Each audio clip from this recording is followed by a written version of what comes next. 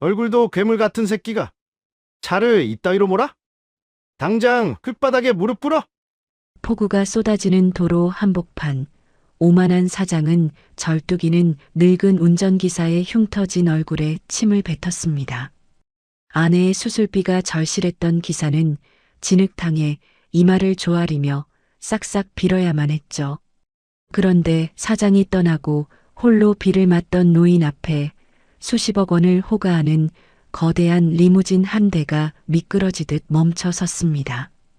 우산을 들고 내린 젊고 카리스마 넘치는 남자. 그는 25년 전 노인이 자신의 다리와 피를 바쳐 지옥에서 살려냈던 바로 그 꼬마 도련님이었습니다. 거물로 돌아온 상속자의 자비 없는 피의 복수가 지금 시작됩니다.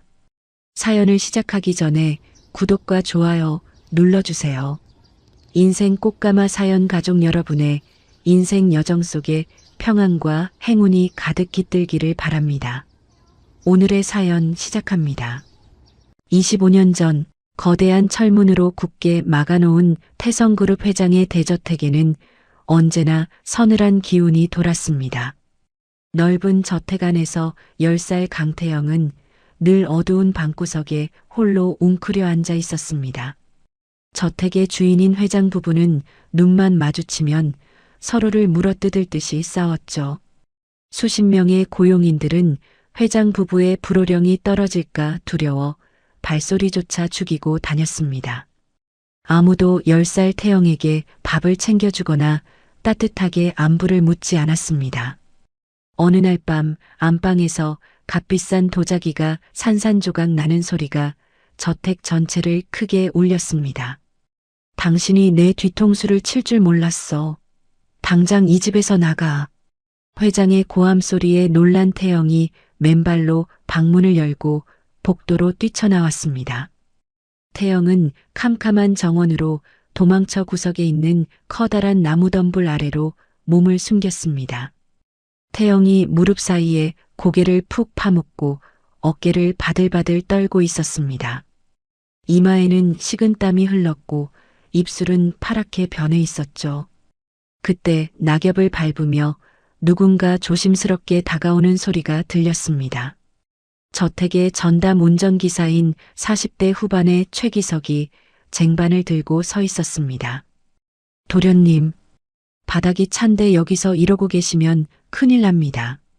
기석이 쟁반을 바닥에 내려놓으며 겉옷을 벗어 태영의 좁은 어깨 위에 덮어주었습니다. 쟁반 위에는 따뜻한 김이 모락모락 피어오르는 찐만두 접시가 놓여 있었습니다. 태영이 붉게 달아오른 눈으로 기석을 올려다보며 훌쩍였습니다. 아저씨, 우리 엄마 아빠는 왜 맨날 저렇게 싸우는 걸까? 내가 태어나지 말았어야 했나 봐. 기석이 태영의 헝클어진 머리카락을 투박한 손으로 다정하게 쓰다듬으며 대답했습니다. 무슨 그런 무서운 말씀을 하십니까? 어른들 복잡한 일은 어른들끼리 해결해야 하는 법입니다. 도련님 잘못은 아주 손톱만큼도 없습니다. 기석이 만두 하나를 집어 태영의 입가로 내밀었습니다. 자, 아침부터 아무것도 안 드시지 않았습니까? 제가 주방 아주머니 몰래 챙겨온 거니까 식기 전에 얼른 드시지요. 태영이 조심스럽게 만두를 받아 한 입 베어 물었습니다. 오랜만에 입에 들어온 따뜻한 음식에 태영의 커다란 눈에서 눈물이 핑 돌았습니다. 기석이 바지 주머니에서 낡은 손수건을 꺼내 태영의 입가를 닦아주었습니다. 천천히 꼭꼭 씹어 드십시오. 목 막히십니다. 만두를 다 먹고 난 후에도 거실에서는 물건 깨지는 소리와 고함이 멈추지 않았습니다. 태영이 몸을 움츠리며 저택 쪽을 불안하게 쳐다보았습니다. 기석이 바닥에 쪼그려 앉으며 태영을 향해 넓은 등을 내밀었습니다. 자, 제 등에 엎이십시오. 이럴 때는 저택 밖으로 나가서 시원한 바람을 쐬는 게 최고입니다. 10살의 작은 태영이 머뭇거리다 기석의 목을 끌어안으며 넓은 등에 찰싹 엎였습니다. 기석은 태영을 업은 채 저택 외곽을 감싸는 조용한 산책로를 걷기 시작했습니다. 기석의 단단한 등과 규칙적인 발걸음 소리에 태영의 잔뜩 굳은 몸이 조금씩 풀렸습니다. 얼마 지나지 않아 태영은 기석의 어깨에 얼굴을 기댄 채 새근새근 숨소리를 내며 잠에 빠져들었습니다. 다음 날 오후 태영은 저택 안에서 유일하게 마음이 편해지는 장소인 차고지로 쪼르르 달려갔습니다. 기석이 소매를 걷어붙이고 고무호스를 들고 검은색 세단을 씻어내고 있었습니다. 태영이 구석에 놓인 커다란 스펀지에 거품을 잔뜩 묻혀 기석의 곁으로 다가갔습니다. 아저씨, 내가 이쪽 문짝 닦을게. 바퀴도 닦을 수 있어. 태영이 자기 얼굴만 한 스펀지를 치켜들며 기석을 향해 씩씩하게 말했습니다. 기석이 깜짝 놀라 물줄기를 다른 곳으로 돌리며 태영을 말렸습니다. 아이고, 도련님. 비싼 옷에 거품 다 튀면 어쩌려고 그러십니까? 이건 제 일이니까 저기 의자에 앉아 계십시오. 태영이 스펀지를 꽉 쥔 채 뒤로 한 발짝 물러서며 고개를 세게 저었습니다. 싫어. 내 방에 혼자 가만히 앉아 있으면 숨 막히고 답답하단 말이야. 나도 아저씨랑 같이 세차할래. 태영이 곧바로 까치발을 들고 차 문짝에 스펀지를 대고 벅벅 문지르기 시작했습니다. 기석이 어쩔 수 없다는 듯 허허 웃으며 태영의 옆에 나란히 섰습니다. 그러면 살살 달래가면서 문지르십시오. 차에 흠집이라도 나면 회장님한테 저 아주 단단히 혼쭐납니다. 태영이 이마에 흐르는 땀방울을 소매로 닦아내며 활짝 웃었습니다. 걱정하지 마. 내가 아주 파리도 미끄러질 정도로 반짝반짝하게 광내줄 테니까. 태영이 장난기가 발동했는지 스펀지를 쥐어짜 기석의 팔에 하얀 거품을 튀겼습니다. 기석이 짐짓 엄한 표정을 지으며 호스의 물줄기를 태영의 장화 쪽으로 살짝 뿌렸습니다. 어허, 도련님. 반칙을 쓰시면 곤란합니다. 두 사람의 유쾌한 웃음소리가 어두운 차고지를 환하게 채웠습니다. 세차를 마치고 차가운 음료수를 마시며 기석이 태영에게 말했습니다. 오늘 고생하셨으니 이따 저녁에 제가 짜장면에 탕수육까지 크게 한턱 쏘겠습니다. 태영이 기석의 팔짱을 꼭 끼며 고개를 세게 끄덕였습니다. 며칠 뒤 늦은 밤 저택 뒷마당 구석에 자리한 기석의 허름한 숙소 문을 누군가 톡톡 두드렸습니다. 방바닥에 누워 책을 읽던 기석이 자리에서 일어나 문을 열었습니다. 문 앞에는 잠옷 차림의 태영이 두 손에 작은 상자를 소중하게 들고 서 있었습니다. 도련님, 이 늦은 시간에 안 주무시고 어쩐 일이십니까? 기석이 놀란 눈으로 태영을 바라보며 황급히 방 안을 치웠습니다. 태영이 신발을 벗고 기석의 방 안으로 볼볼 걸어 들어와 방바닥에 털썩 주저앉았습니다. 태영이 상자 안에서 작은 조각 케이크 하나를 꺼내 방바닥 한가운데 내려놓았습니다. 그리고 주머니에서 성냥을 꺼내 케이크 위에 꽂은 초 하나에 불을 붙였습니다. 아저씨, 오늘 생일이잖아. 내가 주방 달력에 동그라미 쳐놓은 거 봤어. 태영이 불이 타오르는 케이크를 기석의 앞으로 조심스럽게 밀어주며 말했습니다. 기석이 당황한 얼굴로 케이크의 촛불과 태영의 작은 얼굴을 번갈아 쳐다보았습니다. 제 생일은 어떻게 아시고? 전 이런 거 안 챙긴 지 오래됐습니다. 도련님 드십시오. 태영이 고개를 절레절레 흔들며 기석의 거친 손을 두 손으로 덥석 붙잡았습니다. 아저씨는 맨날 내 밥 챙겨주고 나 업어줬잖아. 나 아저씨 생일 챙겨주려고 한 달 동안 과자 안 먹고 용돈 모았어. 태영이 기석의 넓은 품으로 다가가 안기며 훌쩍였습니다. 이 크고 무서운 집에서 내 진짜 가족은 아저씨 하나뿐이야. 아저씨마저 없었으면 나 진짜 매일매일 울었을 거야. 10살 꼬마의 진심 어린 고백에 기석의 심장이 철렁 내려앉았습니다. 가족도 없이 평생 홀로 외롭게 살아온 기석이었습니다. 기석이 굳은 살 가득한 투박한 두 손으로 태영의 작은 등을 천천히 토닥였습니다. 기석의 붉은 눈시울에서 뜨거운 눈물이 툭 떨어져 태영의 어깨를 적셨습니다. 도련님, 감사합니다. 제 평생 이렇게 비싸고 맛있는 케이크는 처음 받아봅니다. 기석이 소매 끝으로 눈물을 훔치며 환하게 웃어 보였습니다. 그날 밤 태영은 기석의 낡은 이불을 덮고 기석의 방에서 곤히 잠들었습니다. 기석은 잠든 태영의 머리맡에 앉아 아이의 편안한 얼굴을 가만히 내려다보았습니다. 기석이 태영의 이불을 목끝까지 꼼꼼하게 덮어주었습니다.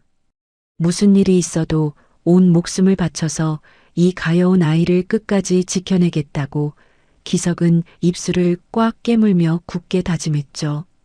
며칠 후 늦은 오후 기석이 회장의 차를 준비하기 위해 본관 현관 앞으로 검은 세단을 몰고 왔습니다. 현관문이 거칠게 열리고 태성그룹의 2인자인 박 회장이 날카로운 눈초리로 걸어 나왔습니다. 박 회장이 주변을 두리번거리며 누군가와 심각한 표정으로 통화를 하고 있었습니다. 걱정하지 마십시오. 회장 쪽 주식은 이미 다 손을 써뒀습니다. 내일 밤이면 태성그룹 간판이 완전히 바뀔 겁니다. 박 회장이 비열한 미소를 지으며 전화를 끊고는 자신의 차에 올라타 저택을 빠져나갔습니다. 운전석에 앉아 창문 틈으로 그 통화 내용을 몰래 엿들은 기석의 등줄기에 차가운 식은땀이 흘렀습니다. 최근 들어 저택 안팎으로 낯선 덩치 큰 사내들이 자주 들락거리고 고용인들이 하나둘씩 자취를 감추는 것을 기석은 예민하게 살피고 있었죠. 기석은 박 회장 무리가 회사를 통째로 집어삼키려는 거대한 배신을 준비하고 있다는 사실을 단번에 알아챘습니다. 그날 저녁 기석은 자신의 숙소로 돌아오자마자 장롱 깊숙한 곳에서 낡은 배낭을 꺼내 펼쳤습니다.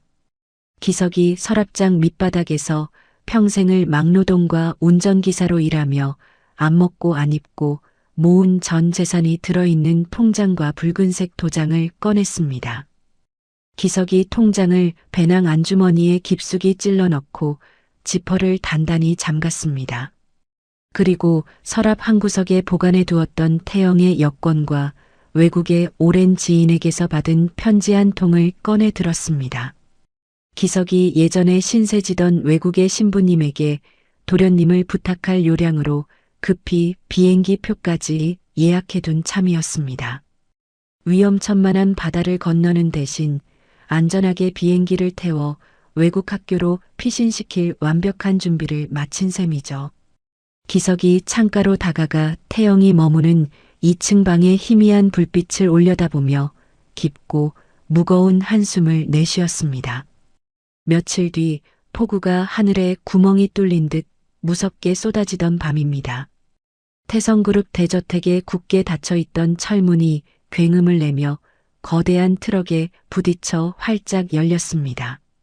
검은 우비를 입은 덩치 큰 사내 수십 명이 쇠파이프와 야구 방망이를 들고 저택 안으로 물밀듯이 들이닥쳤습니다. 저택 1층 거실의 커다란 유리창이 와장창 깨지며 날카로운 조각들이 바닥으로 쏟아졌습니다. 집안에 있는 사람 하나도 남기지 말고 다 잡아. 회장 부부부터 찾아서 무릎 꿇려. 얼굴에 흉측한 칼자국이 있는 사내가 쇠파이프를 거실벽에 박박 긁으며 무섭게 소리쳤습니다. 비싼 가구들이 산산조각 나고 고용인들이 비명을 지르는 소리가 거친 폭우 소리를 뚫고 저택 전체를 뒤흔들었습니다. 뒷마당 낡은 숙소에서 잠들지 못하고 깨어있던 최기석이 창밖의 끔찍한 상황을 보았습니다. 기석이 서랍장을 열어 미리 챙겨둔 낡은 배낭을 꺼내 어깨에 단단히 메었습니다. 기석이 문을 박차고 나와 미친 듯이 빗속을 뛰어 2층 강태영의 방으로 달려갔습니다. 기석이 방문을 벌컥 열자 10살 태영이 침대 구석에서 이불을 뒤집어 쓴 채 몸을 바들바들 떨고 있었습니다. 기석이 이불을 확 걷어내고 태영의 얇은 잠옷 위에 두꺼운 외투를 겹겹이 입혔습니다. 도련님, 제 등 뒤에 바짝 붙으십시오. 지금 당장 여기서 빠져나가야 합니다. 기석이 태영의 작은 손을 꽉 움켜쥐고 다급하게 외쳤습니다. 태영이 겁에 질린 커다란 눈으로 기석의 팔을 두 손으로 꽉 부여잡았습니다. 아저씨, 무서워. 밖에서 사람들이 우리 집을 다 부수고 있어. 우리 엄마 아빠는 어떡해? 태영이 제자리에서 발을 구르며 눈물을 뚝뚝 흘렸습니다. 회장님 내외부는 제가 나중에 경찰을 모시고 와서 구할 겁니다. 지금은 도련님부터 무조건 안전한 곳으로 피하셔야 합니다. 기석이 태영의 어깨를 앞으로 꾹 밀며 어두운 뒷계단을 향해 빠르게 걸음을 옮겼습니다. 두 사람이 불 꺼진 주방을 지나 뒷문으로 간신히 빠져나가려는 순간이었습니다. 저기 쥐새끼 2마리가 도망간다. 저놈 회장 아들내미다. 당장 잡아. 손에 시뻘건 흉기를 든 사내 3명이 기석과 태영을 손가락으로 가리키며 짐승처럼 달려들었습니다. 기석이 태영을 자신의 품으로 강하게 끌어당기며 발로 뒷문을 뻥 차서 열었습니다. 기석이 태영을 품에 안고 진흙탕이 된 저택 뒷산으로 죽으림을 다해 뛰기 시작했습니다. 아저씨, 숨차. 진흙 때문에 장화가 안 빠져. 태영이 진흙에 발이 푹 빠져 넘어지며 숨을 헐떡였습니다. 기석이 허리를 굽혀 흙투성이가 된 태영을 자신의 넓은 등에 번쩍 업었습니다. 눈 꼭 감고 제 목만 꽉 끌어안으십시오. 아무리 무서워도 절대 제 몸에서 손을 놓으시면 안 됩니다. 기석이 숨이 턱 끝까지 차오르는 상황에서도 미끄러운 산길을 4발로 짐승처럼 기어 올랐습니다. 뒤에서는 사내들이 나무덤불을 거칠게 베어내며 기석의 턱 밑까지 바짝 쫓아오고 있었습니다. 산등성이에 있는 낡은 폐공장 공터에 다다랐을 때 기석의 발목이 굵은 나뭇가지에 심하게 걸렸습니다. 기석과 태영이 빗물이 고인 바닥으로 크게 뒹굴며 온몸이 진흙투성이가 되었습니다. 기석이 황급히 일어나 태영의 옷깃을 잡고 폐공장 한 구석에 쌓인 녹슨 드럼통 뒤로 거칠게 밀어 넣었습니다. 기석이 자신의 비에 젖은 겉옷을 벗어 태영의 머리 위로 푹 덮어 씌웠습니다. 도련님, 제가 밖에서 부를 때까지 절대 나오시면 안 됩니다. 입 꼭 다물고 숨소리도 내지 마십시오. 기석이 태영의 양어깨를 두 손으로 꽉 쥐며 단호하게 말했습니다. 태영이 기석의 바짓가랑이를 두 주먹으로 꼭 붙잡고 고개를 세게 저으며 엉엉 울었습니다. 아저씨 혼자 두고 나 안 숨을래. 같이 도망가. 태영이 소리치자 기석이 커다란 손으로 태영의 입을 꽉 막았습니다. 제 목숨을 걸고 도련님을 지키겠다고 굳게 약속했습니다. 제발 이번 한 번만 제 말을 들으십시오. 기석이 태영을 드럼통 안쪽 깊숙한 곳으로 꾹 밀어넣고 공터 한가운데로 걸어나가 앞을 막아섰습니다. 곧이어 흉기를 든 사내 3명이 거친 숨을 몰아쉬며 폐공장 공터로 나타났습니다. 이 자식이 어디서 건방지게 숨바꼭질을 해? 회장 애새끼 어딨어? 바른 대로 불어. 얼굴에 칼자국이 있는 사내가 기석의 멱살을 거칠게 잡아올리며 고함을 질렀습니다. 그 아이는 이미 반대편 산 아래로 도망친 지 오래다. 이 나쁜 놈들아. 기석이 사내의 일그러진 얼굴에 침을 뱉으며 크게 악을 썼습니다. 화가 머리끝까지 난 사내가 손에 쥐고 있던 날카로운 흉기를 기석의 얼굴을 향해 무자비하게 휘둘렀습니다. 기석의 이마부터 오른쪽 뺨까지 깊게 베이며 검붉은 피가 허공으로 무섭게 쏟아졌습니다. 아! 기석이 찢어진 얼굴을 두 손으로 감싸 쥐고 빗물 꼬인 바닥으로 고꾸라졌습니다. 이놈이 아직도 입을 함부로 놀리네. 다리를 확 부러뜨려 버려. 옆에 있던 다른 사내가 굵은 쇠파이프를 두 손으로 높이 쳐들고 기석의 오른쪽 무릎을 향해 힘껏 내리쳤습니다. 뼈가 산산조각으로 으스러지는 끔찍한 소리가 거친 폭우 소리를 뚫고 메아리 쳤습니다. 기석의 오른쪽 다리가 기형적으로 꺾이며 기석이 진흙바닥에 처참하게 쓰러졌습니다. 사내들이 둥글게 모여서 쓰러진 기석의 등과 배를 군화발로 사정없이 밟기 시작했습니다. 기석은 입으로 피를 토하며 갈비뼈가 부러지는 고통 속에서도 태영이 숨어 있는 쪽으로는 절대 고개를 돌리지 않았습니다. 자신의 시선이 그곳에 닿으면 태영이 들킬 것을 알았기에 기석은 땅바닥에 얼굴을 묻고 이빨을 꽉 깨물었습니다. 그때 산 아래쪽에서 요란한 경찰 사이렌 소리가 빗소리를 가르고 맹렬하게 들려오기 시작했습니다. 경찰이 떴어. 짭새들 오기 전에 일단 도망쳐. 사내들이 기석의 머리를 쇠파이프 끝으로 세게 찌르고는 어둠 속으로 재빨리 도망쳤습니다.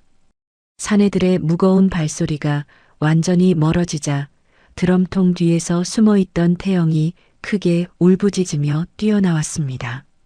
아저씨, 피가 너무 많이 나. 제발 눈 좀 떠봐. 태영이 흙과 피로 범벅이 된 기석의 얼굴을 작은 두 손으로 덜덜 떨며 감싸 안았습니다.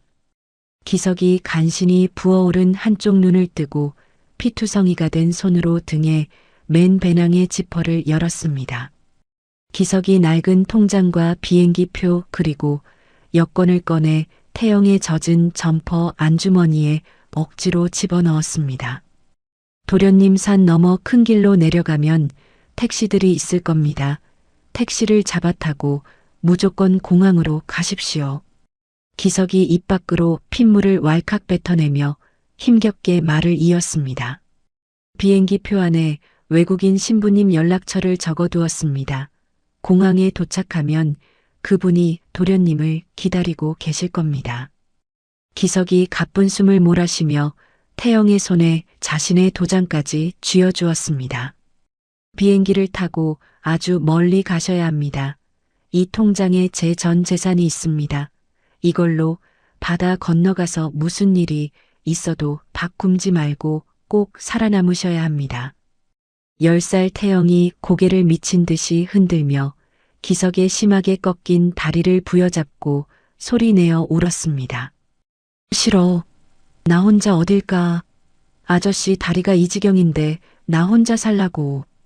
태영이 캄캄한 밤하늘을 향해 목청을 높여 서럽게 소리쳤습니다. 기석이 남은 힘을 전부 쥐어짜 태영의 양어깨를 밖으로 강하게 밀어냈습니다. 가서 아주 훌륭하고 높은 사람이 되어서 돌아오십시오. 그래서 이 못난 아저씨 호강시켜 주셔야죠. 기석이 피가 흐르는 입꼬리를 억지로 올려 흉측하고도 슬픈 미소를 지어 보였습니다. 경찰들의 붉고 푸른 랜턴 불빛이 산기슭을 따라 어지럽게 올라오고 있었습니다. 어서 가십시오. 놈들에게 다시 잡히면 진짜 다 끝장입니다. 어서 뛰란 말입니다. 기석이 태영의 작은 등을 세게 밀치며 마지막 악을 썼습니다. 태영이 눈물을 닦으며 뒤로 몇 걸음 비틀거리며 물러서다 결국 돌아서서 공항을 향해 미친 듯이 달리기 시작했습니다. 기석은 어둠 속으로 멀어지는 태영의 작은 뒷모습을 두 눈에 새기며 빗물 고인 진흙탕 위로 천천히 의식을 잃고 쓰러졌습니다. 25년의 세월이 흘렀습니다. 서울 도심을 달리는 최고급 세단 운전석에 50대 후반의 최기석이 앉아 있습니다. 기석의 오른쪽 뺨부터 이마까지는 25년 전 흉기에 베인 길고 흉측한 흉터가 뱀처럼 얽혀 있습니다. 쇠파이프에 맞아 산산조각이 났던 오른쪽 무릎은 제대로 치료받지 못해 밖으로 심하게 휘어져 있었죠. 기석은 가속 페달을 밟을 때마다 어깨를 삐딱하게 기울이며 뼛속까지 파고드는 고통을 참아내야만 했습니다. 뒷좌석에는 비싼 맞춤 정장을 입은 중견기업 대표 박만수가 거만하게 다리를 꼬고 앉아 있었습니다. 만수는 25년 전 태성그룹을 배신하고 완전히 무너뜨렸던 원수 박 회장의 친아들입니다. 하지만 만수는 자신의 차를 모는 흉측한 절름발이 운전기사가 과거 태성그룹의 사람이었다는 사실을 꿈에도 모릅니다. 야, 이 병신 새끼야. 넌 차를 무슨 짐술에 몰듯이 모냐? 만수가 들고 있던 두꺼운 가죽 서류철로 기석의 뒤통수를 퍽 소리나게 후려쳤습니다. 기석이 핸들을 두 손으로 꽉 쥐고 고개를 푹 숙였습니다. 죄송합니다. 퇴근 시간이라 길이 꽉 막혀서 브레이크를 자주 밟았습니다. 얼굴도 괴물 같은 새끼가 다리까지 절뚝거리면 운전이라도 매끄럽게 해야 할 거 아니야. 밥만 축내는 버러지 같은 놈. 만수가 뾰족한 구두코로 운전석 의자를 등 뒤에서 쾅쾅 걷어차며 신경질을 부렸습니다. 기석의 주름진 눈가에 서글픈 모멸감이 고였지만 묵묵히 입술을 꽉 깨물며 앞만 보았습니다. 기석은 급성 신부전으로 병원 중환자실에 누워있는 아내의 수술비를 벌기 위해 이 끔찍한 수모를 매일같이 견뎌내야만 했습니다. 그때 만수의 안주머니에서 휴대전화가 요란하게 울렸습니다. 나다. 뭐? 미국 놈들이 우리 회사 지분을 또 쓸어 담았다고? 만수가 넥타이를 거칠게 잡아뜯으며 목에 시뻘건 핏대를 세웠습니다. 최근 만수의 회사는 막강한 자본력을 가진 미국계 글로벌 투자사로부터 적대적 인수합병 공격을 받고 있었습니다. 회사를 통째로 빼앗길 위기에 처한 만수는 하루하루가 불안과 분노의 연속이었습니다. 그 투자사 아시아 지부세 대표가 오늘 한국에 들어온다며 내가 공항으로 직접 가서 그 건방진 새끼 멱살이라도 잡아와야겠어. 만수가 전화를 끊자마자 앞좌석을 향해 거칠게 발길질을 하며 고함을 질렀습니다. 당장 공항으로 차 돌려. 10분 안에 못 도착하면 내 놈 모가지 날아갈 줄 알아. 먹구름이 몰려오더니 하늘에서 굵은 빗방울이 앞유리를 세차게 때리기 시작했습니다. 순식간에 폭우가 쏟아지는 도로는 퇴근하는 차들로 가득 차 주차장처럼 꽉 막혀버렸죠. 짜증나게 진짜. 야, 이 병신아. 경적 울리고 차 사이로 막 뚫고 가라고. 만수가 뒷좌석에서 방방 뛰며 기석의 오른쪽 어깨를 주먹으로 마구 내리쳤습니다. 기석이 당황하여 아픈 오른쪽 다리로 가속 페달과 브레이크를 번갈아 밟으며 억지로 교차로로 진입했습니다. 빗물에 바퀴가 쭉 미끄러지며 세단이 차선을 크게 벗어나 휘청거렸습니다. 쿵 하는 둔탁한 파열음과 함께 세단의 앞범퍼가 옆 차선의 하얀색 승용차 뒷부분을 강하게 들이받았습니다. 기석이 핸들에 이마를 세게 부딪히며 붉은 피가 눈썹 위로 주르륵 흘러내렸습니다. 내 목. 야, 이 미친 새끼야. 만수가 뒷목을 부여잡고 차 문을 벌컥 열며 쏟아지는 빗속으로 뛰쳐나갔습니다. 만수가 씩씩거리며 운전석 문을 열어젖히고 기석의 멱살을 두 손으로 잡아 차 밖으로 패대기 쳤습니다. 기석이 꺾인 다리를 절뚝이며 빗물이 고인 진흙탕 바닥으로 처참하게 고꾸라졌습니다. 너 오늘 내가 진짜 죽여버릴 거야. 감히 내 앞길을 막아. 만수가 딱딱한 구두굽으로 쓰러진 기석의 아픈 정강이를 무자비하게 걷어찼습니다. 우산도 없이 쏟아지는 차가운 비를 온몸으로 맞으며 기석이 바닥에 바짝 엎드렸습니다. 대표님, 제가 정말 잘못했습니다. 빗길에 차가 갑자기 미끄러져서 어쩔 수가 없었습니다. 기석이 피 묻은 두 손을 싹싹 비비며 만수의 바짓가랑이를 간절하게 붙잡았습니다. 더러운 손 치워. 당장 내 눈앞에서 무릎 꿇어. 만수가 기석의 어깨를 발로 짓누르며 억지로 진흙바닥에 꿇어 앉혔습니다. 사고가 나 멈춰 선 차들 사이로 사람들이 창문을 내리고 혀를 차며 두 사람을 구경했습니다. 기석은 당장 내일 치러야 할 아내의 수술비가 끊길까봐 온몸을 부들부들 떨며 바닥에 이마를 조아렸습니다. 한 번만 살려주십시오. 대표님, 저 좀 한 번만 용서해 주십시오. 만수가 기석의 흉터진 얼굴에 끈적한 침을 탁 뱉었습니다. 내깟 놈 용서할 시간 없어. 넌 오늘부로 해고니까 당장 내 눈앞에서 꺼져. 만수가 기석을 길바닥에 쓰레기처럼 버려둔 채 뒤도 돌아보지 않고 지나가던 다른 택시를 잡아타고 공항 쪽으로 사라졌습니다. 그 시각 사고로 꽉 막힌 도로 한복판에 엄청나게 긴 최고급 검은색 리무진 한 대가 조용히 멈춰 서 있었습니다. 리무진 뒷좌석에는 30 후반의 훤칠하고 카리스마 넘치는 남자가 고급스러운 서류를 넘겨보고 있었죠. 그는 25년 전 외국으로 가는 비행기를 타고 떠났다가 거대 글로벌 투자사의 아시아 지부 대표로 자수성가하여 돌아온 강태영입니다. 태영이 미간을 살짝 찌푸리며 리무진의 두꺼운 창문을 반쯤 내렸습니다. 비서실장, 밖에 무슨 소란입니까? 길이 왜 이렇게 안 뚫립니까? 운전석에 앉은 비서실장이 고개를 뒤로 돌리며 조심스럽게 대답했습니다. 앞 교차로에서 빗길 접촉사고가 난 모양입니다. 차 주인이 기사를 길바닥에 꿇어앉히고 마구 패고는 혼자 도망갔습니다. 태영이 무심코 리무진 창밖으로 고개를 돌렸습니다. 쏟아지는 빗속에서 진흙투성이가 된 채 망연자실하게 텅 빈 바닥을 짚고 있는 늙은 기사의 처절한 옆모습이 보였습니다.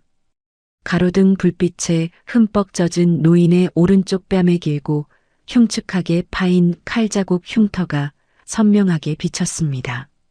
노인이 바닥을 짚고 힘겹게 몸을 일으키려 할 때 뼈가 튀어나올 듯 기형적으로 꺾인 오른쪽 무릎이 허공을 허우적거렸습니다. 태영의 손에서 들고 있던 두꺼운 서류 가방이 좌석 바닥으로 툭 떨어졌습니다. 태영이 숨을 헉 들이마시며 창문에 얼굴을 바짝 대고 빗속의 노인을 뚫어지게 응시했습니다. 그의 거친 숨소리가 리무진 안을 가득 채웠고 넓은 어깨가 지진이 난 듯 미세하게 떨리기 시작했습니다. 폭우가 쏟아지는 교차로 한복판입니다.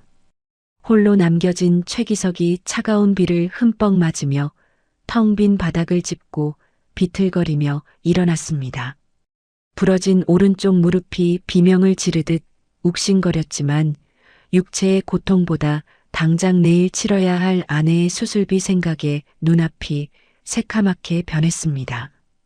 기석이 피 묻은 손으로 이마의 핏물을 대충 훔쳐내고 어두운 도로를 향해 넋이 나간 사람처럼 절뚝거리며 걷기 시작했습니다. 온몸이 진흙과 빗물로 엉망이 된 기석의 뒷모습은 금방이라도 픽 쓰러질 듯 위태로워 보였죠. 그때 기석의 등 뒤에서 부드러운 엔진 소리와 함께 최고급 검은색 리무진 한 대가 천천히 미끄러지듯 다가왔습니다. 리무진이 걷고 있는 기석의 옆에 바짝 붙어 조용히 멈춰 섰습니다. 뒷좌석의 두꺼운 문이 벌컥 열리고 최고급 맞춤 정장을 입은 강태영이 커다란 검은 우산을 들고 성큼성큼 걸어 나왔습니다. 태영이 기석의 등 뒤로 다가가 묵묵히 기석에 젖은 머리 위로 커다란 우산을 씌워주었습니다.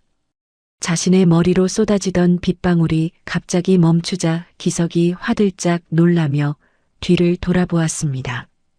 태영이 붉게 충혈된 눈으로 기석의 낡고 초라한 모습을 말없이 내려다보고 있었습니다. 기석의 오른쪽 뺨에 길게 패인 칼자국 흉터를 마주한 순간 태영의 커다란 두 눈에서 뜨거운 눈물이 빗물처럼 뚝뚝 떨어졌습니다. 기석은 어리둥절한 표정으로 훤칠하고 잘생긴 태영의 얼굴을 빤히 쳐다보며 뒤로 한 발짝 물러섰습니다. 뉘신지 저한테 볼 일이 있으십니까? 태영이 한 손으로 우산을 꽉 쥔 채 다른 한 손으로 기석의 거칠고 흉터투성이인 손을 덥석 부여잡았습니다. 아저씨, 태영의 입에서 25년 동안 수만 번도 더 삼켰던 그 단어가 마침내 터져 나왔습니다. 기석의 두 눈이 화들짝 커지며 헉하고 숨이 막혔습니다. 태영이 기석의 흉터진 뺨을 조심스럽게 어루만지며 오열하기 시작했습니다. 저예요, 아저씨. 나야. 25년 전에 비행기 타고 외국으로 도망갔던 꼬맹이 태영이 기석이 믿기지 않는다는 듯 두 손을 바들바들 떨며 태영의 넓은 어깨와 젖은 얼굴을 더듬었습니다. 태영의 어른스러운 얼굴 위로 25년 전 진흙탕 속에서 울부짖던 10살 꼬마의 얼굴이 선명하게 겹쳐 보였습니다. 도련님, 정말 우리 도련님이십니까? 기석이 쉰 목소리로 흐느끼며 빗물 고인 바닥에 털썩 주저앉으려 했습니다. 태영이 우산을 바닥에 팽개치고 빗속에서 기석을 와락 끌어안았습니다. 태영이 기석의 심하게 꺾인 오른쪽 다리를 어루만지며 짐승처럼 통곡했습니다. 아저씨 다리가 왜 이래? 얼굴은 또 왜 이렇게 됐어? 나 살리겠다고 혼자 짐승 같은 놈들한테 맞아서 이렇게 된 거야. 태영이 기석의 어깨에 얼굴을 묻고 어린아이처럼 엉엉 소리 내어 울었습니다. 기석도 태영의 넓은 등을 두 팔로 꽉 껴안고 25년 동안 참았던 서름을 한꺼번에 터뜨렸습니다. 두 사람의 뜨거운 눈물이 차가운 빗물과 섞여 검은 아스팔트 위로 쉴 새 없이 흘러내렸습니다. 태영이 자신의 코트를 벗어 덜덜 떠는 기석의 젖은 어깨를 꼼꼼히 감싸고 정중하게 리무진 뒷좌석으로 모셨습니다. 운전석에 앉은 비서실장이 눈치를 채고 히터를 가장 따뜻하게 틀어주었습니다. 태영이 리무진 안에 구비된 뽀송뽀송한 수건을 꺼내 기석의 젖은 머리와 피 묻은 얼굴을 조심스럽게 닦아주었습니다.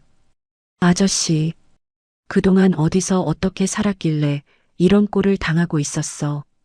태영이 핏줄이 선 주먹을 꽉 쥐며 기석의 상처투성이 손을 다정하게 어루만졌습니다. 기석이 멋쩍게 웃으며 태영의 반짝이는 구두와 완벽한 정장 차림을 신기한 듯 바라보았습니다. 저는 그냥 하루 벌어 하루 먹고 살았습니다.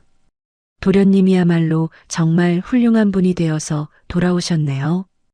회장님 내외분이 아주 기뻐하시겠습니다.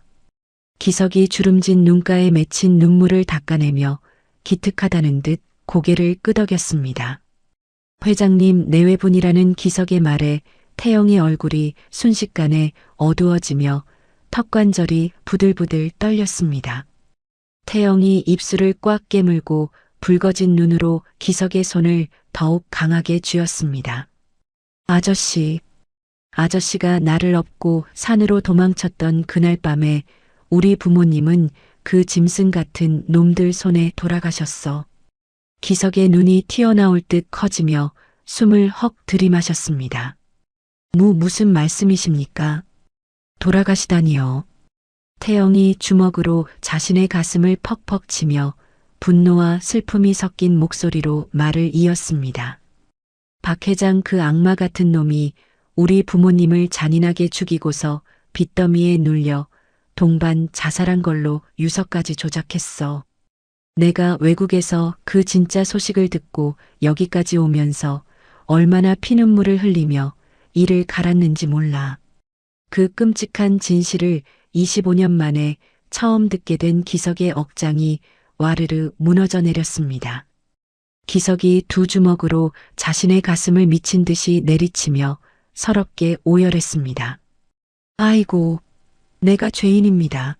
내가 그날 끝까지 남아서 두 분을 지켜드렸어야 했는데 나 혼자 살겠다고 도망을 쳐서 두 분이 억울하게 돌아가셨습니다.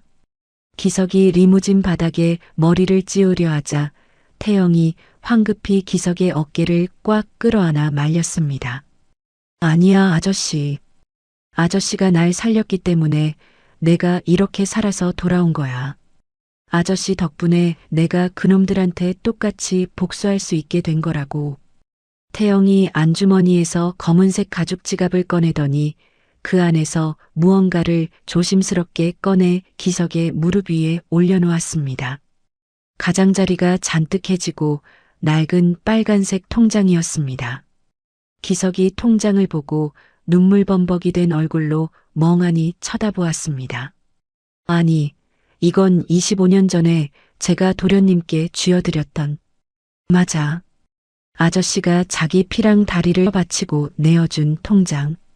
내가 지옥 같은 외국 바닥에서 밥 굶고 길거리에 나앉을 때마다 이 통장 꽉 쥐고 이빨 깨물면서 버텼어. 태영이 통장을 뺨에 비비며 뜨거운 눈물을 훔쳤습니다. 이 통장에 든 돈 단 한 푼도 안 썼어. 아저씨가 준 내 목숨값이니까. 부모님 원수 다 갚고 나면 내가 이거 이자까지 쳐서 1000배, 10,000배로 갚아줄게. 기석이 황급히 손사래를 치며 태영의 손을 밀어냈습니다. 아닙니다. 제가 도련님께 바란 건 이런 게 아닙니다. 억울하신 부모님 한 풀어드리고 훌륭하게 자라주신 것만으로도 저는 밥 안 먹어도 배가 부릅니다. 그때 기석의 낡은 휴대전화가 주머니 안에서 요란하게 울렸습니다. 기석이 액정을 확인하고 전화를 받자마자 얼굴이 하얗게 질리며 숨을 헐떡였습니다. 예, 저희 집사람 수술이 내일 당장 안 된다고요? 원무과장님, 제가 내일까지 수술비 100만 원 꼭 구해보겠습니다. 제발 저희 집사람 병실에서 쫓아내지 말아주십시오. 기석이 전화를 끊고 머리를 쥐어뜯으며 리무진 바닥에 무릎을 꿇으려 엎드렸습니다. 태영이 기석의 양팔을 강하게 붙잡아 푹신한 의자에 다시 앉혔습니다. 아저씨 사모님이 많이 아파? 병원비가 없어서 수술을 못 받고 쫓겨날 판인 거야? 태영의 눈빛이 매섭게 빛나며 목소리가 얼음장처럼 차갑게 가라앉았습니다. 기석이 고개를 푹 숙인 채 눈물만 뚝뚝 흘리며 덜덜 떨기만 했습니다. 태영이 리무진 운전석 쪽 칸막이를 강하게 두드리며 비서실장에게 서늘하게 지시했습니다. 지금 당장 국내에서 제일 좋은 대학병원 VIP 병동 특실 하나 무조건 비우라고 해. 그리고 신장 이식 수술 제일 잘하는 교수팀 전원 대기시켜놔. 태영의 말이 떨어지기가 무섭게 리무진이 빗길을 가르고 무서운 속도로 병원을 향해 질주하기 시작했습니다. 병원 응급실 앞에 리무진이 도착하자마자 병원장과 수십 명의 의료진이 로비로 뛰어나와 태영을 향해 90도로 허리를 굽혔습니다. 기석의 아내는 즉시 최고급 구급차로 이송되어 VIP 특실 침대에 눕혀졌고 밀린 병원비 수천만 원이 단 1분 만에 전액 완납 처리되었습니다. 간호사들이 아내의 몸에 달린 낡은 링거를 떼어내고 최고급 약물로 교체하는 과정을 지켜보던 기석의 다리가 사르륵 풀렸습니다. 기석이 병실 복도 대리석 바닥에 털썩 주저앉아 두 손으로 흉 터진 얼굴을 가린 채 엉엉 소리 내어 울었습니다. 태영이 바닥에 주저앉은 기석을 번쩍 일으켜 세워 자신의 넓고 단단한 가슴에 꽉 끌어안았습니다. 이제 걱정하지 마. 우리 부모님 돌아가시게 만든 놈들, 그리고 아저씨 눈에서 피눈물 나게 한 새끼들, 오늘부로 내가 하나도 남김없이 다 찢어 죽일 테니까. 태영의 검은 두 눈이 서늘한 병원 복도 조명 아래서 먹잇감을 노리는 맹수처럼 살벌하게 번뜩였습니다. 다음 날 오전 박만수의 중견기업 본사 대회의실에는 아침 일찍부터 수백 명의 주주와 임원들이 모여 불안하게 웅성거리고 있었습니다. 단상 중앙에 선 박만수가 비싼 실크 넥타이를 거칠게 풀어 해치며 마이크를 두 손으로 꽉 잡았습니다. 여러분, 지금 정체를 알 수 없는 외국계 투자사 놈들이 피땀 흘려 세운 우리 회사를 꿀꺽 삼키려고 덤벼들고 있습니다. 만수가 얼굴에 시뻘건 핏대를 세우며 주먹으로 대형 단상을 쾅쾅 내리쳤습니다. 제가 내 청춘을 다 바쳐서 이 회사를 어떻게 여기까지 키웠습니까? 오늘 주주총회에서 저에게 모든 경영 방어 권한을 위임해 주셔야 합니다. 만수가 침을 마구 튀기며 억울하다는 듯이 언성을 높였습니다. 저에게 힘을 실어주시면 제가 가진 정계와 재계 인맥을 총동원해서 저 건방진 미국 놈들을 단번에 쫓아내겠습니다. 저를 믿으십시오. 하지만 주주들은 불안한 얼굴로 서로의 눈치만 살피며 조용히 수군거리기 시작했습니다. 만수의 회사가 이미 거액의 빚을 지고 흔들린다는 소문이 파다하게 퍼진 상태였죠. 누구 하나 만수의 말에 선뜻 박수를 치거나 찬성하고 나서는 사람이 없었습니다.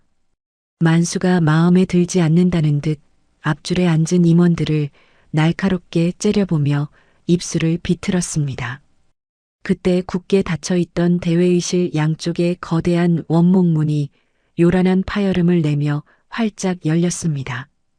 검은색 정장을 똑같이 맞춰 입은 수십 명의 덩치 큰 사설 경호원들이 훈련받은 군인들처럼 발을 맞추며 회의실 안으로 물밀듯이 들이닥쳤습니다.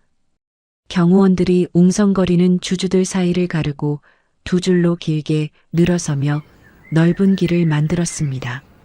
그 사이로 완벽한 핏에 맞춤 정장을 차려입은 강태영이 여유로운 걸음으로 천천히 걸어 들어왔습니다. 태영의 등 뒤로는 서류 가방을 든 변호사들과 회계사들이 한 무리를 이루어 따라 들어왔습니다. 태영의 압도적이고 차가운 분위기에 수백 명이 모인 회의실 안은 순식간에 찬물을 끼얹은 듯 조용해졌습니다. 만수가 단상 위에서 당황한 표정으로 태영을 손가락질하며 고함을 질렀습니다. 당신 뭐야? 여기는 허락받은 사람만 들어올 수 있어. 경비원들 당장 이 새끼 멱살 잡아서 끌어내. 태영이 만수의 고함 소리에도 아랑곳하지 않고 단상 위로 뚜벅뚜벅 올라갔습니다. 태영이 만수의 손에 들린 마이크를 단숨에 낚아채듯 빼앗았습니다. 이 자리의 외부인은 내가 아니라 바로 당신입니다. 박만수 씨. 태영이 마이크를 잡고 회의실을 꽉 채운 주주들을 향해 낮고 묵직한 목소리로 말했습니다. 저는 25년 전 당신의 아버지가 더러운 방법으로 훔쳐간 태성그룹의 진짜 주인 강태영입니다. 오늘부로 이 회사의 주식 절반 이상을 매입한 최대 주주는 바로 접니다. 회의실 안에서 주주들과 임원들의 경악하는 탄성이 여기저기서 본물 터지듯 터져 나왔습니다. 태영이 손가락을 가볍게 튕기자 대기하고 있던 직원이 회의실 전면에 대형 스크린을 켰습니다. 스크린 위로 수많은 비밀 장부와 돈을 빼돌린 서류 사진들이 빠르게 떠올랐습니다. 스크린을 똑똑히 보십시오. 25년 전 박만수 일가가 우리 부모님을 배신하고 회사를 통째로 빼앗아 자기들 배를 불린 명백한 증거들입니다. 만수가 사색이 되어 대형 스크린과 태영의 얼굴을 번갈아 보며 덜덜 떨며 뒷걸음질 쳤습니다. 다 거짓말이야. 저건 나를 모함하려고 억지로 조작한 가짜 서류라고. 만수가 억울하다는 듯 자기 가슴을 쾅쾅 치며 짐승처럼 발악했습니다. 태영이 얼음장처럼 차가운 눈빛으로 만수를 노려보며 쐐기를 박았습니다. 지금 이 시각 검찰 수사관들이 당신의 본가와 숨겨둔 양평 비밀별장을 샅샅이 뒤집어 엎고 있습니다. 태영이 만수의 굳은 어깨를 손가락으로 툭툭 치며 비웃듯 말을 이었습니다. 당신이 안방 서재 벽장 뒤에 꽁꽁 숨겨둔 수백억짜리 검은 돈 장부도 이미 5분 전에 검찰 손에 다 넘어갔습니다. 당신의 더러운 회장 노름은 이제 끝났습니다. 오늘 당장 구속영장이 청구될 것이라는 말에 만수의 다리가 힘없이 풀리며 대리석 바닥에 털썩 주저앉았습니다. 만수가 얼굴이 하얗게 질린 채 엉금엉금 기어가 태영의 바짓가랑이를 두 손으로 꽉 부여잡았습니다. 강 대표님, 제가 그동안 빼돌린 돈 이자까지 쳐서 다 돌려드리겠습니다. 제발 감옥만은 안 가게 목숨만 살려주십시오. 만수가 단상 바닥에 바짝 엎드려 싹싹 빌며 추악하게 애원했습니다. 그 순간 회의실 뒷문이 부드럽게 열리며 또 다른 인물이 안으로 들어섰습니다. 태영의 비서들이 양옆에서 깍듯하게 길을 안내하며 정중하게 모시고 온 사람은 바로 최기석이었습니다. 기석은 어제 입었던 낡고 비에 젖은 점퍼 대신 은은한 빛이 나는 최고급 맞춤 정장을 쫙 빼입고 있었습니다.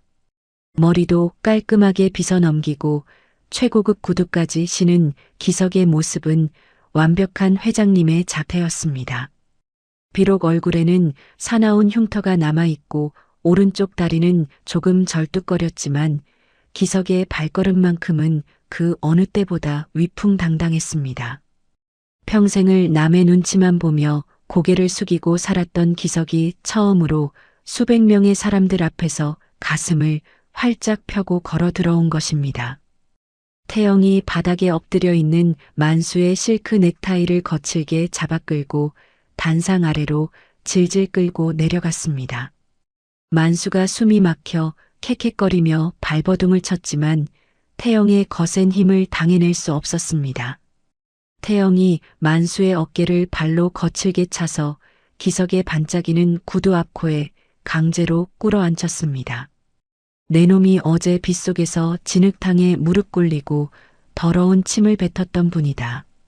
당장 1000번이고 10,000번이고 바닥에 머리 박고 사죄해. 태영의 무서운 불호령이 대회의실 전체에 쩌렁쩌렁 울려 퍼지며 창문을 흔들었습니다. 만수가 덜덜 떨며 천천히 고개를 들어 자신을 내려다보는 기석의 얼굴을 확인했습니다. 얼굴에 길게 이어진 흉측한 칼자국을 본 만수는 입을 떡 벌리며 귀신이라도 본 듯 숨을 헉 들이마셨습니다. 자신이 매일같이 쌍욕을 퍼붓고 걷어찼던 냄새나는 절름발이 운전기사가 바로 새 주인의 가장 소중한 은인이자 아버지였다는 사실을 깨달은 것입니다. 만수가 온몸을 사시나무 떨듯 부들부들 떨며 기석의 구두 발등에 자기 이마를 쾅쾅 찍기 시작했습니다. 기사님, 아니 명예회장님, 제가 눈이 완전히 멀어서 짐승만도 못한 짓을 저질렀습니다. 제발 저 좀 한 번만 넓은 아량으로 용서해 주십시오. 만수가 눈물 콧물을 질질 흘리며 대리석 바닥에 이마에서 시뻘건 피가 나도록 쿵쿵 박았습니다. 겉으로는 비참하게 싹싹 빌고 있었지만 바닥에 닿은 만수의 두 눈에는 절대 들키지 않는 도끼와 살벌한 복수심이 가득 차올랐습니다. 자신이 이런 꼴을 당한 것은 전부 저 늙은 운전기사 때문이라고 만수는 속으로 이를 갈고 있었죠. 기석이 만수의 추악하고 가련한 꼴을 가만히 내려다보며 씁쓸한 표정으로 깊은 한숨을 내쉬었습니다. 기석이 아무 말 없이 고개를 돌려버리자 태영이 기석의 투박한 손을 꽉 잡았습니다. 태영이 기석을 부축하며 수많은 주주와 몰려든 기자들이 지켜보는 단상 중앙으로 정중하게 모시고 올라갔습니다. 태영이 마이크를 다시 고쳐 잡고 세상에서 가장 자랑스러운 목소리로 외쳤습니다. 여러분께 정식으로 소개합니다. 25년 전 어린 저를 살리기 위해 피를 흘리고 자기 목숨을 던져주신 저의 진짜 아버지십니다. 태영이 기석의 좁은 어깨를 두 팔로 감싸 안으며 환하게 미소를 지었습니다. 오늘부로 최기석 아버님을 우리 그룹의 새로운 명예회장님으로 모시고 평생을 효도하며 살겠습니다. 태영의 벅찬 선언이 끝나자마자 대기하고 있던 수십 명의 기자들이 일제히 카메라 플래시를 터뜨렸습니다. 번쩍이는 하얀 불빛 속에서 평생을 비참하고 서럽게 살아온 기석의 주름진 얼굴에 비로소 환한 웃음꽃이 피어났습니다. 기석이 태영의 등을 다정하게 토닥거리며 참았던 기쁨의 눈물을 훔쳤습니다. 모든 사람의 시선이 기석과 태영의 감동적인 포옹에 쏠려 우레와 같은 박수갈채가 쏟아졌습니다. 그 틈을 타바닥에 바짝 엎드려 있던 만수가 슬금슬금 독사처럼 바닥을 기어갔습니다. 만수가 기자들의 다리 사이와 의자 밑을 교묘하게 파고들며 경호원들의 삼엄한 포위망을 빠져나갔습니다. 자신에게 수갑을 채우러 올 검찰을 피하기 위해 만수는 쥐새끼처럼 사람들의 무리 속에 몸을 완전히 숨겼습니다. 아무도 모르게 회의장 뒷문을 소리 없이 연만수는 복도 밖으로 비열하게 도망치고 말았습니다. 그날 밤 VIP 특실 침대에 누워있는 아내의 얼굴에 건강한 혈색이 돌았습니다. 기석이 아내의 거친 손을 주무르며 환하게 웃었습니다. 여보, 이제 배 안 아파? 물 좀 더 줄까? 아내가 고개를 저으며 기석의 손등을 톡톡 쳤습니다. 나 이제 하나도 안 아파. 당신이 밤새 간호하느라 눈이 뻘겋잖아. 얼른 저기 소파에 가서 눈 좀 붙여. 기석이 아내의 이불을 목 끝까지 꼼꼼하게 덮어주었습니다. 당신 아픈 거 싹 가신 거 보니까 하나도 안 졸려. 과일 좀 깎아줄 테니까 먹을래? 아내가 웃으며 손사래를 쳤습니다. 아휴, 난 배불러. 도련님 오신다며. 오시면 같이 먹어. 기석이 겉옷을 정리하며 가볍게 타박했습니다. 도련님은 바쁘신 분인데 뭘 또 오신다고 그러시는지 모르겠어. 그냥 집에서 푹 쉬시라고 할 걸 그랬나 봐. 그때 병실 문이 열리고 양손에 커다란 과일 바구니를 든 태영이 들어왔습니다. 태영이 바구니를 식탁 위에 올려놓으며 큰 소리로 인사했습니다. 아저씨, 사모님, 식사는 맛있게 하셨어? 기석이 황급히 자리에서 일어나 태영의 옷을 받아들었습니다. 아이고, 도련님. 바쁘신 분이 여길 또 왜 오셨습니까? 과일은 또 뭐하러 이렇게 많이 사오셨습니까? 태영이 소파에 털썩 앉으며 넉살 좋게 대답했습니다. 우리 가족 다 같이 먹을 건데 이 정도는 사와야지. 아저씨, 오늘 밤엔 내가 병실 지킬 테니까 아저씨는 집에 가서 푹 쉬고 와. 기석이 낡은 점퍼를 주섬주섬 챙겨 입으며 손을 저었습니다. 아닙니다. 집사람이 평소에 아끼는 낡은 나무 빗이랑 가족 사진첩만 달동네 집에서 후딱 챙겨올 겁니다. 금방 다녀오겠습니다. 태영이 미간을 좁히며 문 밖에 서 있는 비서실장을 불렀습니다. 아저씨, 밤길 어둡고 험한데 비서실장이랑 경호원들 데리고 가. 기석이 태영의 등을 거실 쪽으로 밀며 강하게 거절했습니다. 동네 골목이 워낙 좁아서 양복 입은 덩치들이 들어가면 이웃 사람들 다 놀라서 튀어나옵니다. 저 혼자 조용히 다녀오는 게 훨씬 편합니다. 아내도 침대에서 몸을 반쯤 일으키며 기석을 말렸습니다. 여보, 늦었는데 그냥 내일 낮에 가. 나 오늘 그 빚 없어도 머리 안 엉켜. 기석이 병실 문 손잡이를 잡고 아내를 향해 활짝 웃어 보였습니다. 당신 그 나무 빚 아니면 머리 아프다고 밤새 칭얼거리잖아. 금방 다녀올 테니까 도련님이랑 과일 깎아 먹고 있어. 태영이 자리에서 일어나며 기석에게 당부했습니다. 아저씨 혼자 가시는 거 영 마음이 안 놓이는데 도착하면 바로 전화하고 조심해서 다녀와.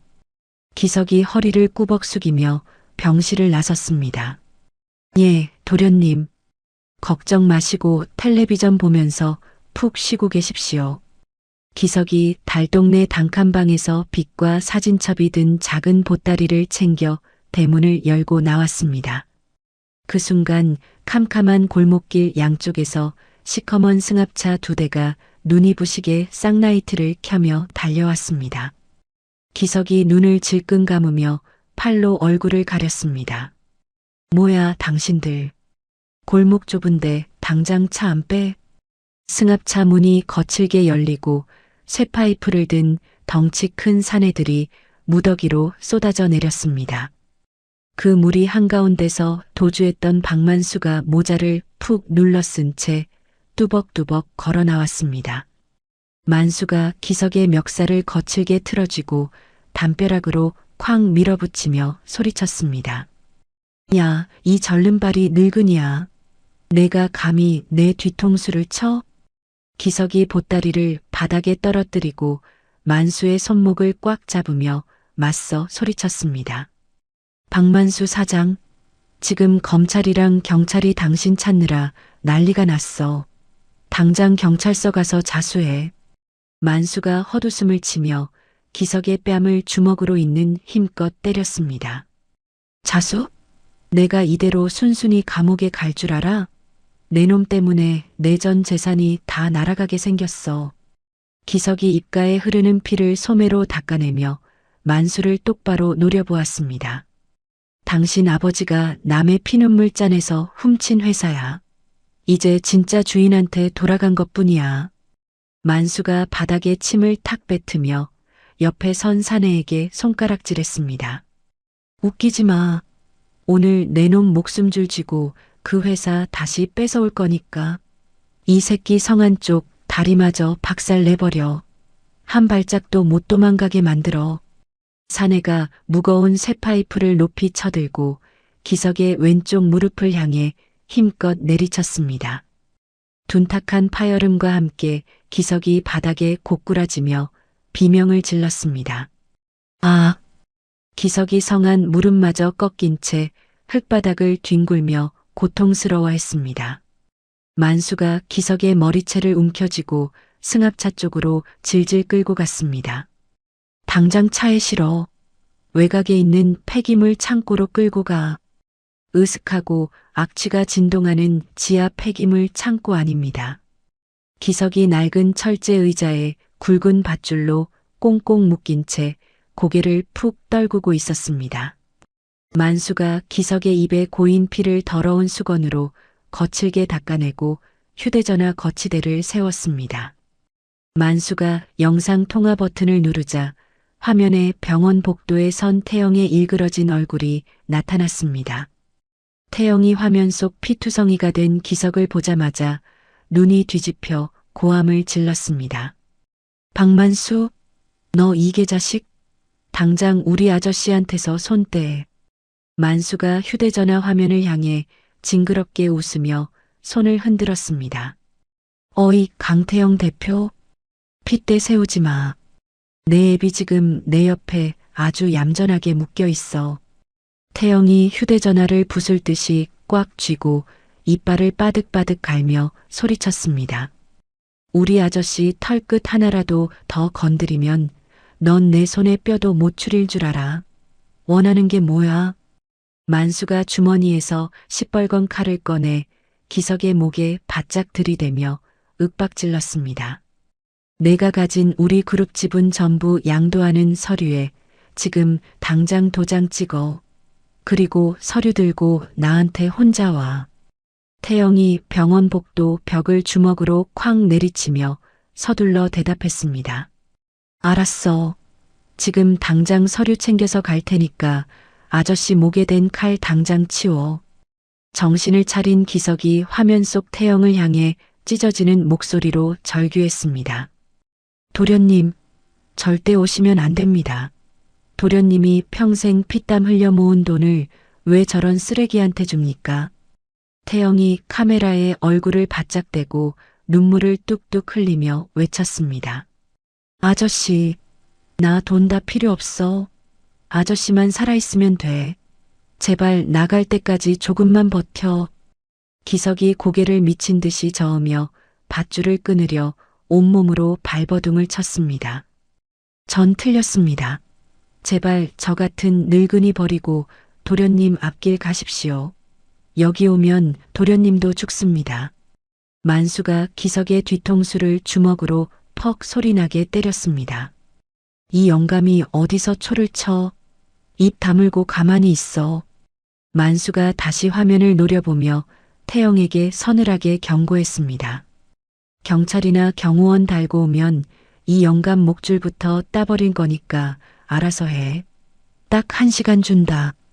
태영이 전화를 끊지 않은 채 책상 위 지분양도 서류에 망설임 없이 붉은 도장을 쾅쾅 찍었습니다.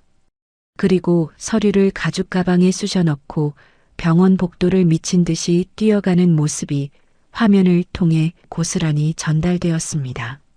화면을 지켜보던 기석의 억장이 와르르 무너져 내렸습니다.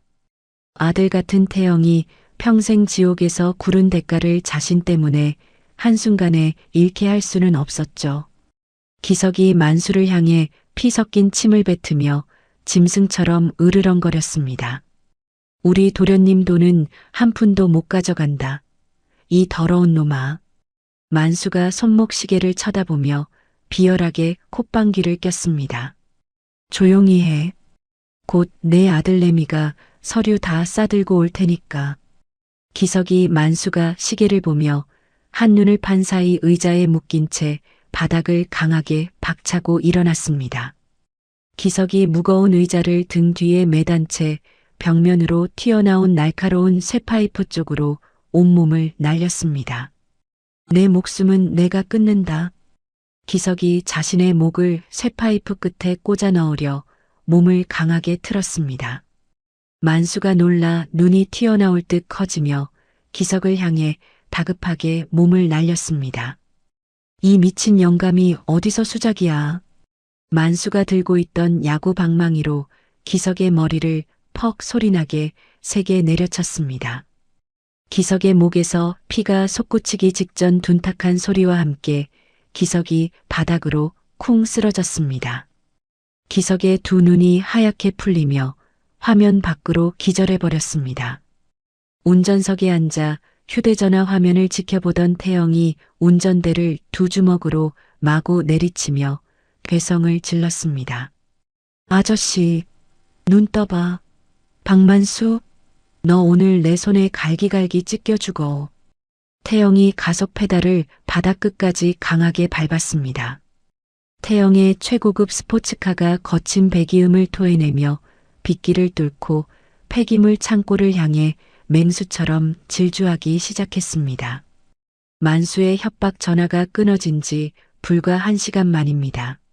거친 배기음을 내며 폐기물 창고 마당으로 돌진해 들어온 태영의 최고급 스포츠카가 모래바람을 거칠게 일으키며 멈춰 섰습니다. 태영이 차 문을 부술 듯이 열어젖히고 한 손에 서류 가방을 꽉 쥔 채 성큼성큼 걸어 나왔습니다. 태영이 굳게 닫힌 낡은 철제 창고 문을 구두발로 세게 걷어찼습니다. 쾅 하는 굉음과 함께 찌그러진 문이 열리며 퀴퀴한 곰팡내와 핏자국 비린내가 진동하는 창고 내부가 드러났습니다. 창고 안에는 쇠파이프와 야구 방망이를 든 수십 명의 덩치 큰 사내들이 태영을 둘러싸고 살벌하게 노려보고 있었습니다. 태영이 사내들의 흉기 앞에서도 눈 하나 깜짝하지 않고 무리를 거침없이 헤치며 창고 한가운데로 걸어 들어갔습니다. 창고 중앙에는 기석이 의자에 밧줄로 꽁꽁 묶인 채 머리에서 피를 뚝뚝 흘리며 기절해 있었습니다. 태영이 핏줄이 선 두 주먹을 꽉 쥐고 의자에 묶인 기석의 생사를 살폈습니다. 태영이 들고 있던 무거운 가죽 서류 가방을 만수의 구두 앞코에 거칠게 집어 던지며 낮게 으르렁거렸습니다. 여기 내 놈이 평생 만져보지도 못할 내 그룹 지분 전부 양도하는 서류다. 당장 서류 확인하고 우리 아저씨 풀어줘. 만수가 바닥에 떨어진 가방을 주워들며 비열하게 입꼬리를 올렸습니다. 오호 강태영 대표님. 진짜 경찰 한 명 안 달고 혼자서 여기까지 오셨네. 아주 효자가 따로 없구만. 만수가 가방 안에서 서류 뭉치를 꺼내 붉은 도장이 찍힌 종이를 한 장 한 장 넘기며 미친 사람처럼 크게 웃어젖혔습니다. 하하, 진짜 다 넘겼네. 이 수천억짜리 회사를 이깟 늙은이 목숨 하나 구하겠다고 나한테 홀랑 넘기다니. 넌 진짜 구제불능인 멍청이야.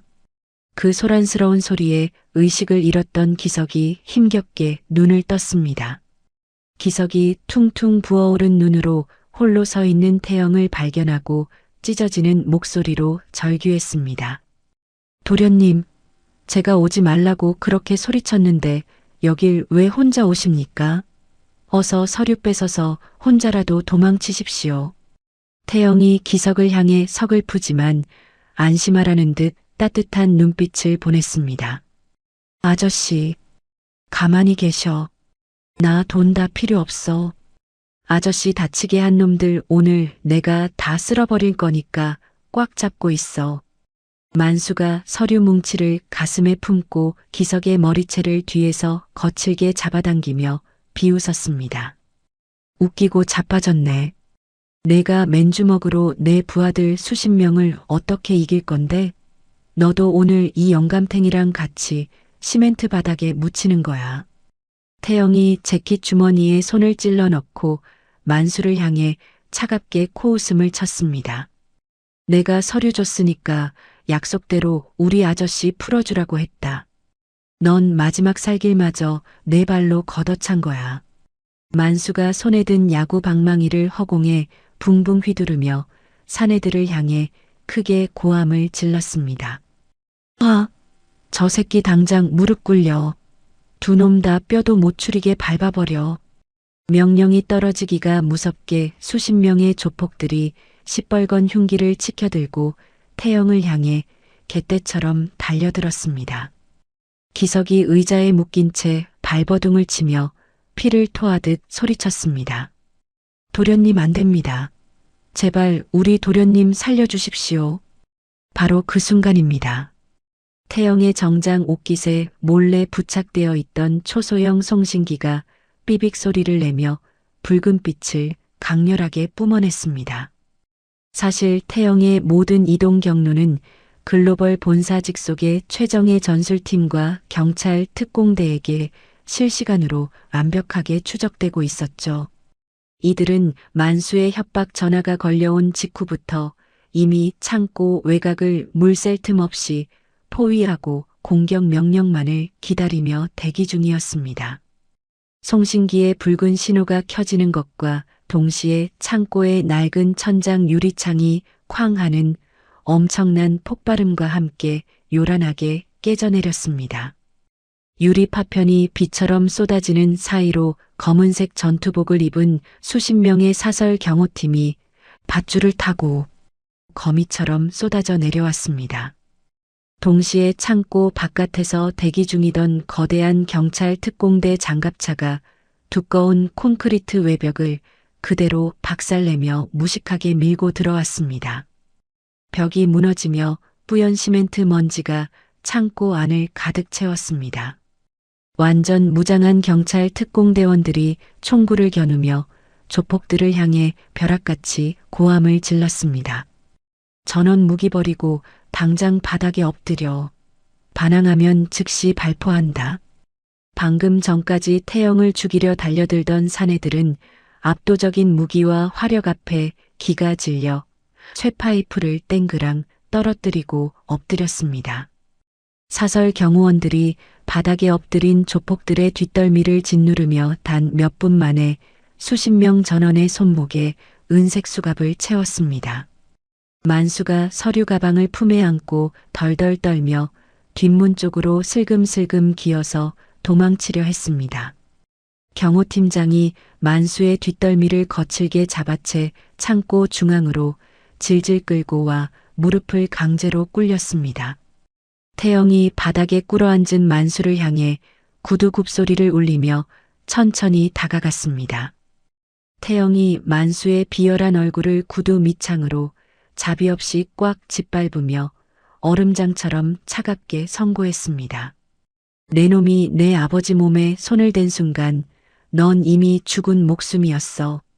감옥에서 평생 썩어 문드러지게 해줄 테니까 법의 심판이나 달게 받아. 만수가 코피를 질질 흘리며 바닥에 납작 엎드려 목숨만 살려달라고 처절하게 싹싹 빌었습니다. 강 대표님, 제가 잘못했습니다. 서류 다 돌려드릴 테니까 제발 저 좀 살려주십시오. 태영이 만수의 얼굴에 침을 탁 뱉으며 경호팀장에게 차갑게 지시했습니다. 저 쓰레기 경찰에 넘기고 혐의 하나라도 빠짐없이 다 묶어서 법정 최고형 받게 만들어. 경찰들이 만수의 양팔을 꺾어 거칠게 수갑을 채우고 장갑차 쪽으로 끌고 나갔습니다. 태영이 서둘러 기석에게 다가가 결박된 두꺼운 밧줄을 직접 손으로 다 풀어내고 끊어냈습니다. 밧줄이 풀리자마자 꺾인 무릎으로 인해 중심을 잃은 기석이 바닥으로 푹 쓰러지려 했습니다. 태영이 기석의 마른 몸을 단단한 두 팔로 꽉 껴안아 바닥에 쓰러지지 않게 받쳐들었습니다. 기석이 퉁퉁 부은 얼굴로 태영의 옷깃을 쥐고 어린아이처럼 엉엉 울음을 터뜨렸습니다. 도련님 무사하셔서 다행입니다. 진짜 다행입니다. 태영이 기석의 피 묻은 이마를 조심스럽게 닦아주며 다정하게 말했습니다. 아저씨, 바보같이 왜 자꾸 나 때문에 목숨을 버리려고 해. 아저씨 죽으면 내가 수천억을 가진들 무슨 소용이야. 태영이 바닥에 쪼그려 앉아 기석을 향해 자신의 넓고 듬직한 등을 내밀었습니다. 아저씨 다리 아프니까 내 등에 꽉 엎혀. 어서. 기석이 황급히 손을 저으며 뒤로 주춤주춤 물러섰습니다. 아닙니다. 제가 어떻게 감히 회장님 등에 엎입니까? 제 옷에 묻은 피냄새 때문에 비싼 옷 다 망칩니다. 태영이 기석의 손목을 꽉 잡아 끌어 자신의 넓은 등 위로 거칠게 끌어올렸습니다. 아저씨가 25년 전에 쏟아지는 비 맞으면서 나 업고 뛰어줬잖아. 이젠 내가 평생 아저씨 업고 뛸 테니까 아무 말 말고 꽉 잡기나 해. 기석이 결국 참았던 눈물을 터뜨리며 태영의 듬직한 목을 두 팔로 꼭 끌어안았습니다. 태영이 기석을 등에 업은 채 부서진 창고 문을 지나 맑은 공기가 부는 바깥으로 든든하게 걸어 나왔습니다. 구출 작전이 성공적으로 끝난 다음 날 아침, 병원 VIP 병실 안은 창문 틈으로 스며든 따스한 아침 햇살로 가득 찼습니다. 하얀 붕대를 이마에 두르고 침상에 누워있던 최기석이 마른 기침을 하며 천천히 눈을 떴습니다. 기석이 뻑뻑한 눈을 비비며 옆을 돌아보자 며칠 밤을 새운 듯 초췌한 얼굴의 강태영이 기석의 거친 손을 두 손으로 꼭 쥐고 엎드려 잠들어 있었습니다. 기석이 조심스럽게 손을 빼내려 하자 태영이 화들짝 놀라며 고개를 번쩍 들었습니다. 아저씨, 정신이 들어? 머리는 좀 어때? 의사 선생님 부를까? 태영이 자리에서 벌떡 일어나며 기석의 얼굴을 이리저리 살폈습니다. 기석이 환하게 웃으며 태영의 넓은 어깨를 다정하게 토닥였습니다. 도련님 꼴이 그게 뭡니까? 밥은 챙겨 드시고 제 간호를 하신 겁니까? 저는 아주 거뜬합니다. 태영이 기석의 붕대 감긴 머리를 보더니 갑자기 아이처럼 소리내어 엉엉 울음을 터뜨렸습니다. 아저씨는 진짜 바보 천치야. 왜 자꾸 자기 목숨 버려서 나 살리려고 해. 어제 아저씨 잘못됐으면 나 진짜 미쳐버렸을 거야. 태영이 기석의 가슴에 얼굴을 파묻고 서럽게 훌쩍였습니다.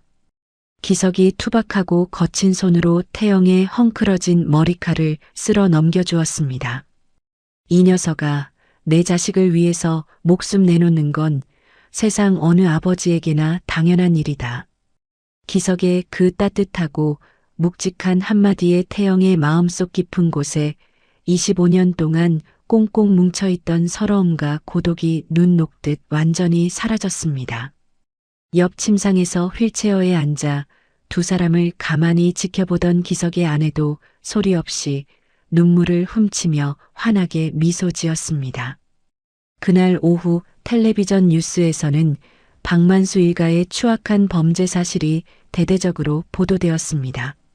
박만수는 특수납치, 살인 미수, 수백억대 횡령 등 수많은 혐의가 병합되어 법정 최고형을 선고받았습니다. 만수는 창살 없는 독방 교도소에 철저히 갇혀 세상과 영원히 격리되는 완벽한 인과응보를 맞이했습니다. 그로부터 1년의 따뜻한 시간이 흘렀습니다. 서울 외곽의 공기 맑고 햇살 가득한 정원 딸린 대저택입니다. 이 저택은 태영이 기석 부부의 편안한 노후를 위해 최고급 자재로 새롭게 지어 올린 선물이었죠. 저택 앞 넓은 정원에는 색색의 예쁜 꽃나무들이 싱그럽게 피어 있었습니다. 최첨단 의료 장비로 오랜 재활 치료를 받은 기석이 이제는 목발이나 지팡이 없이도 두 다리로 편안하게 정원을 걸어 다녔습니다. 기석이 챙이 넓은 밀짚 모자를 쓰고 호스를 들어 화단에 시원한 물을 뿌리며 코노래를 흥얼거렸습니다. 저택의 커다란 현관문이 열리고 편안한 베이지색 니트 차림의 태영이 밝은 표정으로 걸어 나왔습니다. 아빠, 오늘 주말인데 좀 쉬시지 또 아침부터 흙장난이야? 태영이 성큼성큼 다가와 기석의 어깨를 친근하게 주무르며 잔소리를 했습니다. 기석이 껄껄 웃으며 태영의 손등을 찰싹 때렸습니다. 이 녀석아, 꽃들도 아침 먹어야지. 너도 얼른 들어가서 엄마가 차려주는 따뜻한 밥이나 먹어. 태영이 기석의 팔짱을 장난스럽게 끼며 고개를 세게 끄덕였습니다. 태영은 이미 그룹의 경영권을 완벽하게 안정시키고 업계 최고의 자리에 올랐지만 주말이면 비싼 호텔이나 골프장 대신 어김없이 이 대저택으로 내려왔습니다. 과거 삭막했던 태성그룹 대저택에서는 단 한 번도 느껴보지 못했던 진짜 가족의 포근한 온기를 태영은 이곳에서 마음껏 누리고 있었죠. 기석과 태영이 어깨동무를 하고 저택 거실로 들어서자 주방에서 구수한 된장찌개 냄새가 풍겨왔습니다. 완전히 건강을 회복한 기석의 아내가 앞치마를 두르고 식탁 위에 맛있는 반찬들을 한가득 차려놓고 있었습니다. 우리 아들 왔어? 어서 손 씻고 와서 밥 먹어. 당신도 흙 묻은 손 얼른 씻어. 아내가 태영의 엉덩이를 툭 치며 다정하게 핀잔을 주었습니다. 태영이 주방으로 쪼르르 달려가 찌개 국물을 한 숟가락 맛보고는 엄지를 번쩍 치켜 세웠습니다. 와, 역시 우리 엄마 된장찌개가 세상에서 제일 맛있어. 호텔 주방장도 울고 갈 맛이야. 세 사람이 넓은 식탁에 둥글게 모여 앉아 서로의 밥그릇에 맛있는 반찬을 올려주며 행복한 웃음꽃을 피웠습니다. 식사를 마친 후 세 사람이 정원 앞 화사한 꽃밭 앞에 나란히 섰습니다. 기석이 가운데 서고 양옆에 아내와 태영이 기석의 팔짱을 꼭 끼었습니다. 태영이 카메라 타이머를 누르고 재빨리 뛰어와 두 사람의 어깨를 꽉 감싸 안았습니다. 자, 찍습니다. 하나, 둘, 셋, 김치. 찰칵 소리와 함께 세 사람의 얼굴에 세상에서 가장 환하고 눈부신 미소가 새겨졌습니다. 이 가족 사진은 정성스럽게 액자에 담겨 저택 거실의 벽면 중앙에 자랑스럽게 걸렸습니다.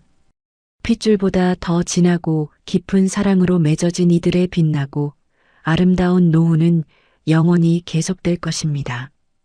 핏줄보다 더 진한 가족의 정을 보여준 두 사람의 이야기 어떻게 들으셨나요? 자신의 모든 것을 내어준 숭고한 희생이 20년의 세월을 건너 가장 통쾌하고 아름다운 보은으로 돌아온 것을 보며 가슴 벅찬 감동을 느끼게 됩니다. 세상이 아무리 각박하다 해도 진심 어린 사랑과 헌신은 결국 더 큰 축복이 되어 돌아온다는 것을 두 사람의 환한 미소가 증명해 주는 듯합니다. 우리 구독자님들의 삶에도 이처럼 따뜻한 기적과 다정한 인연이 늘 함께 하시기를 바랍니다. 이야기를 끝까지 들어주신 분이 계시다면 잘 들었다고 댓글 하나만 남겨주세요. 인생 꽃가마 사연을 시청해 주셔서 감사합니다.